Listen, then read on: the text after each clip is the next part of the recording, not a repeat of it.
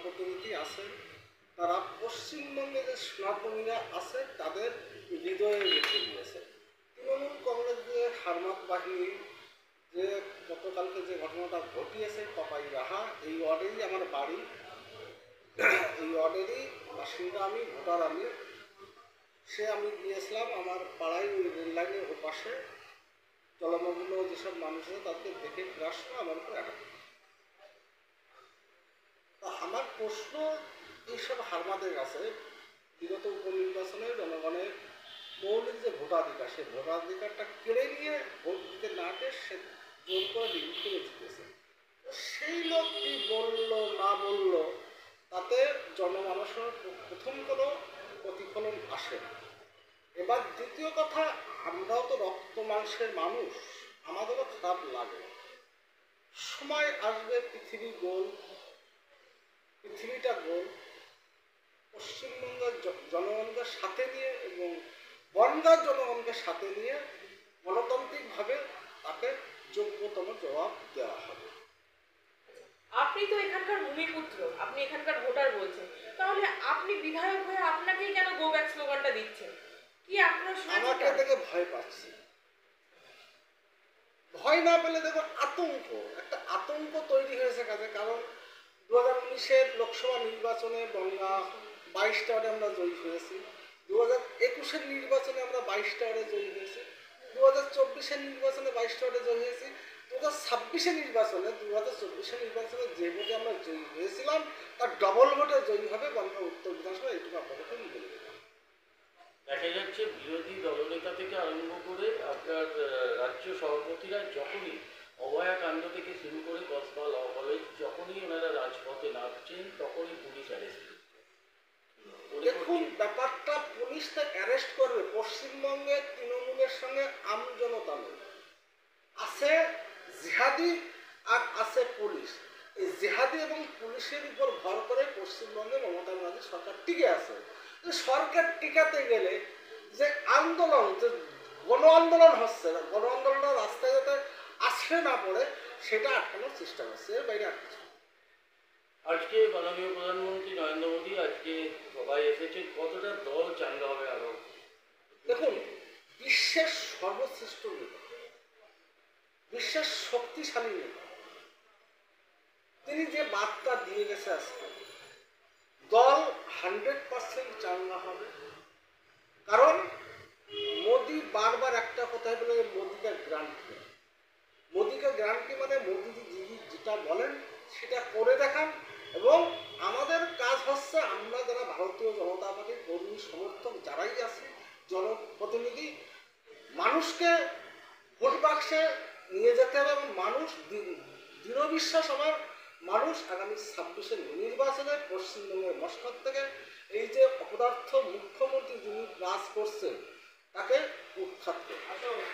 যেভাবে আপনার প্রধানমন্ত্রী সিঁদুর অপারেশন করেছিলেন তাকেও কটাক্ষ করতে ছাড়েনি, এই নিয়ে কি বলবেন আপনি? দেখুন, আগে দেখতে হবে এই মুখ্যমন্ত্রী কোন সম্প্রদায়ের মানুষের ভোটে ক্ষমতায় আছে। মুখ্যমন্ত্রী বলছে যে গরুতে দুধ দেয় সেই গরু লাঠি খাওয়া যাবে, তাহলে দুধেল গাইদের ভোটের ক্ষমতা আছে।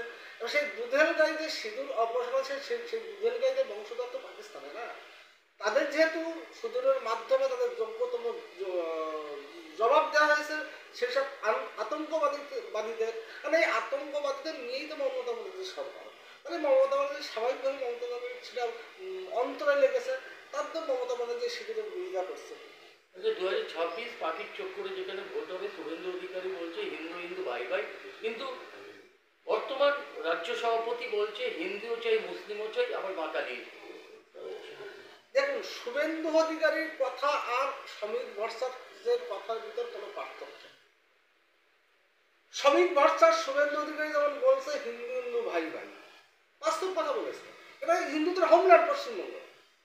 আজকে 1947 সালে যখন ভারতবর্ষ দ্বিখণ্ডিত হয়েছিল দ্বিজাতি তত্ত্বের ভিত্তিতে, যারা একটা সম্প্রদায় তারা তো ভারতবর্ষ ভেঙে তারা আলাদা দেশ নিয়ে চলে গিয়েছিল। আজকে যে পশ্চিমবঙ্গে তৃণমূল দাঁড়িয়ে সরকার রাজনীতি করছে সে পশ্চিমবঙ্গের ডক্টর শ্যামাপ্রসাদ মুখোপাধ্যায় পশ্চিমবঙ্গ, তিনি হিন্দুদের জায়গা হোমল্যান্ড করে দিয়েছেন এখানে। স্বাভাবিকভাবে সেটা শুভেন্দু অধিকারী আমি দোষ দেখিনি। সমীর ভট্টাচার্য বলেছেন কি যে মুসলিমরা ভোট না দিলে ভারতীয় জনতা পার্টি 26-এ পশ্চিমবঙ্গের সরকার গঠন করবে। দুজনের ভাষা দুরকম, কিন্তু তার মানে অর্থটা একই জায়গায় দাঁড়িয়েছে, এখানে কোনো বিভেদ নেই। তাহলে কি মানে সব পুরনো কর্মীরা যারা বসে গেছে তাদেরকে একত্রিত করার চেষ্টা করছে মানে আপনার বর্তমান সভাপতি সমীর ভট্টাচার্য?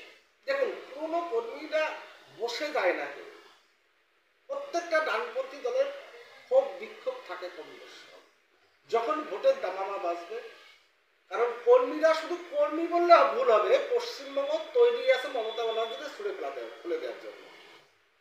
প্রধানমন্ত্রী যখন এত উন্নয়নমূলক কাজ করছেন তখন কেন দেখা যাচ্ছে বিজেপির ভেতরে ভাঙন ধরছে, কিংবা বিজেপি ছেড়ে তৃণমূল কংগ্রেসে যোগ দেওয়ার একটা ঢল চলছে?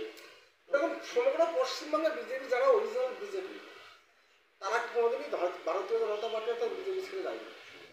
কারা গিয়েছিল? যারা 21-এ ক্ষমতায় আসবে বলে যে বেনজলগুলো ঢুকেছিল সেই বেনজলটা বেরিয়ে গিয়েছে এবং দলটা শুদ্ধিকরণ হয়েছে। আমাদের দৃঢ় বিশ্বাস যারা দীর্ঘদিন ধরে দলটা করেছে ভারতীয় জনতা পার্টিকে আজকে 1%-এর নিচে যেখানে ভোট ছিল সেই ভোট শেয়ারকে আজকে 40%-এ নিয়ে গেছে। আমার দৃঢ় বিশ্বাস তাদেরকে নিয়েই আগামী দিনে 26-এ ভারতীয় জনতা পার্টি পশ্চিমবঙ্গে ক্ষমতায় আসবে। যদি কোনো অঘটন না ঘটে, তাহলে যদি দিলীপ ঘোষ যদি তৃণমূল কংগ্রেসে যোগদান করে তাহলে দলের কতটা ক্ষতি হতে পারে বলে? এটা বিতর্কিত মন্তব্য, আমি কোনো প্রশ্ন করতে পারি। আচ্ছা, আগামী আর 2-1 দিনের মধ্যে 21শে জুলাই, 25 বা 26-এর ভোটের আগে শেষ 21শে জুলাই, কি মনে করছেন কতটা হিংসার তৃণমূলের সবসময় হিংসাটা বাতাবরণ তৈরি করে। কারণ হচ্ছে তৃণমূল এমন একটা দল, একটা সম্প্রদায়কে নিয়ে তারা রাজনীতি করছে পশ্চিমবঙ্গ, ভয়ের বাতাবরণ সৃষ্টি করছে। পশ্চিমবঙ্গের মানুষ তৈরি আছে কোনো ভয় ভীতের কাছে। দৃঢ় বিশ্বাস পশ্চিমবঙ্গে যারা সনাতনী রাষ্ট্রবাদী মানুষ আছে তারা মাথা নত করবে না। পশ্চিমবঙ্গ তৈরি আছে, মমতাকে সরানোর জন্য পশ্চিমবঙ্গ তৈরি আছে। এই যে এই ভোটে বা বিগত ভোটগুলোতেও দেখা গেছে মুসলিম সম্প্রদায়ের মানুষ বা সংখ্যালঘু সম্প্রদায়ের মানুষ বিজেপির দিকে ভোটটা কম দিচ্ছে। তো সেদিকে এবার কিভাবে লক্ষ্যটা রাখবেন এবং তাদের কিভাবে উৎসাহিত করবেন ভোটটা যাতে বিজেপির দিকে আসে? দেখুন, প্রথম কথা বলি, ভারতীয় জনতা পার্টি সবকা সাথ সবকা বিকাশ সবকা প্রয়াসে বিশ্বাসী। কিন্তু আমরা যদি বিগত দিনে ভোট পার্সেন্ট সমগ্র ভারতবর্ষ জুড়ে দেখি, কংগ্রেস বা তার পক্ষে জন্ম নেয় যেসব পার্টিগুলো আছে তারা বরাবরই ভারতীয় জনতা পার্টিকে এটা প্রমাণ করার চেষ্টা করছে যে মুসলিম বিদ্বেষী।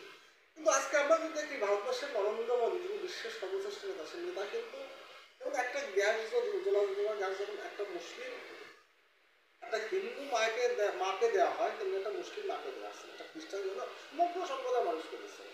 আজকে যদি আমরা দেখি যে অন্তোদয় যোজনার যে গরিব অন্তোদয় যোজনার যে চালটা 5 কেজি চাল, যেমন একটা মুসলিম মা পাচ্ছে, মুসলিম পরিবার পাচ্ছে, হিন্দু শিখ সমগ্র পরিবার পাচ্ছে।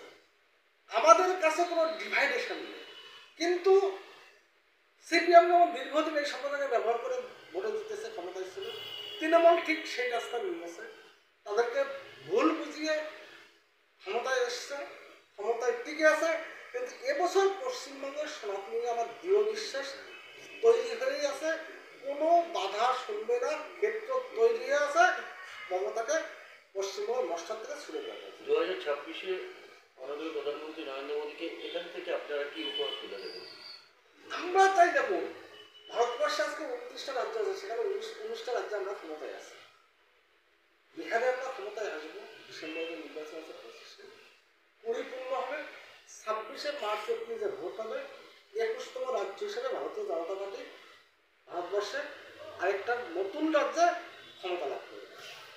আচ্ছা, মুখ্যমন্ত্রীর লক্ষ্মী ভাণ্ডার এর পাশাপাশি রয়েছে আরো বিশেষ কয়েকটি প্রকল্প যেগুলো জনসাধারণের মধ্যে সাড়া ফেলেছে।